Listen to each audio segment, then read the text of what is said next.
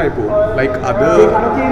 അത് വേറൊരു മൂവി ആയിട്ടാണ്. അത് ഇനി ഫ്യൂച്ചറിൽ വരുന്ന ഇവരുടെ യൂണിവേഴ്സിൽ ഫ്യൂച്ചറിൽ വരുന്നൊരു മൂവി ആയിട്ടൊരു കണക്ഷൻ കാണിക്കുന്നുണ്ട്. മേ ബി അതിനകത്തൊരു കണക്ഷൻ നമുക്ക് മില്ലെന്നുള്ളതായിട്ടൊക്കെ തോന്നും. ഇനി ഇത് മൂന്നും കൂടെ എങ്ങനെ കണക്ട് ആവുമെന്ന് നമുക്കറിയില്ല.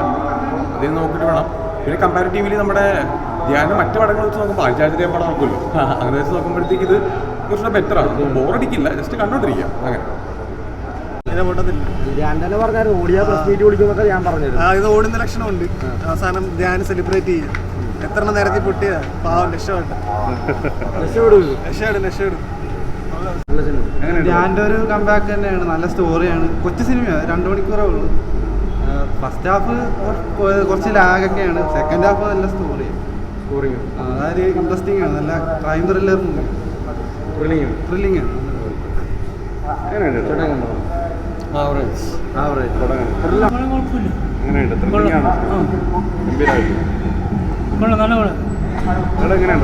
നല്ല പടമായിരുന്നു. കിടുക്കനായിട്ട് അഭിനയിച്ചു. നല്ല പടമായിരുന്നു.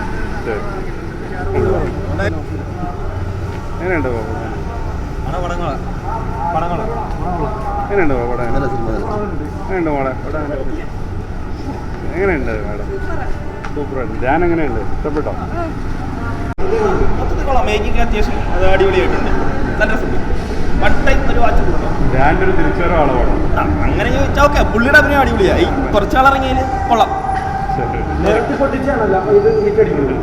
പോസിബിൾ ചാൻസ് ഉണ്ട്.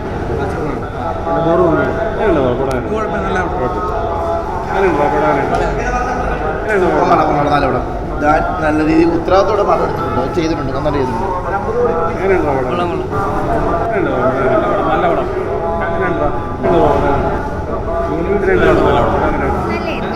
ധ്യാനം ഇഷ്ടപ്പെട്ടോ?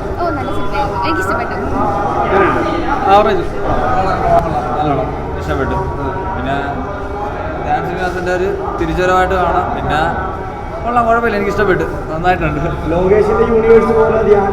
അതുപോലെ ആകുമെന്നൊന്നും അറിയത്തില്ല. എന്തായാലും അങ്ങനെ ആകട്ടെന്ന് വിശ്വസിക്കുന്നു. അതുപോലെ ആകണം, ആയാൽ കൊള്ളാം. നമ്മുടെ മലയാളത്തിൽ നിന്നും അങ്ങനെയൊക്കെ വന്ന് അടിപൊളി ആയിരിക്കും. കുഴപ്പമില്ല. ഡീസൻ്റ് പടം, അത്യാവശ്യം കൊള്ളാം. ഞാനേ നല്ല ആത്മാർത്ഥത്തോടെ അഭിനയിച്ചിട്ടുണ്ടോ? അത്യാവശ്യം നന്നായിട്ട് തന്നെ ചെയ്തിട്ടുണ്ട്.